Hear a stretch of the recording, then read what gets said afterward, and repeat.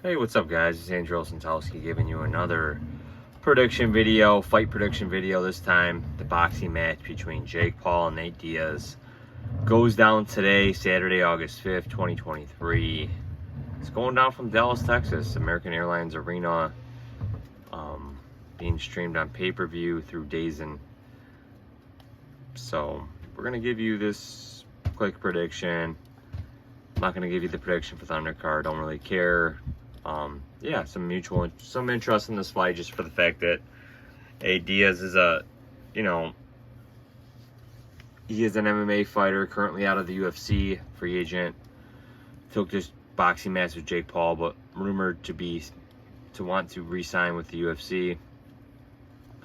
But Diaz has long been known for his great jiu-jitsu and his stand-up boxing, and now he's taking on the YouTube sensation Jake Paul. And we have Nate Diaz at 38 years old. He's coming off a win over Tony Ferguson last September, so it's been almost a year, man. I mean, the Diaz brothers don't fight often. Nick fights less than Nate. Nate's, in my opinion, as far as superseded his brother, as far as the more important Diaz brother, the one people are more interested in. 78-inch reach advantage, 38 years old, 6 feet tall. So Jake Paul will be at least 12 years younger. So then we've just kind of seen Nate Diaz not really amount to much in his last several fights. So he is coming off a win over the Pettis win. Oh yeah, that was 4 years ago. He lost to Masvidal in that BMF belt in a fight that I did have Diaz in. Lost to Leon Edwards, which was no surprise to anybody.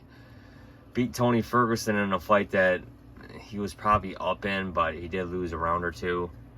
So it was, I don't know, it was just two guys that are old and just didn't seem like they wanted to be there. But Nate obviously has more dog than Tony, and that was apparent.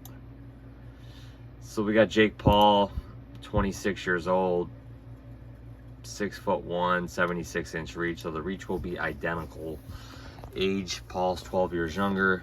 And Paul, he's coming off a loss to Tommy Fury back in February in a fight that I did watch. I did believe Fury won.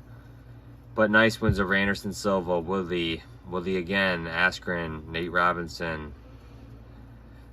So he's beat all these guys, man, and I'm going to keep siding with this guy, man. This guy might be, using enhanced substances. He has the money to train. Probably has more money than Nate Diaz. I imagine he does. Nate Diaz, I'm sure, is well off. But, hey, this guy, Paul, has been nothing but boxing for several years. Nate Diaz, he's primarily an MMA fighter, just coming over to boxing. So I'm going to side with Jake Paul to get the win here. It's hard for me to see him TKOing Nate Diaz unless Nate Diaz absolutely does not want to be there and just wants to collect that check and bounce.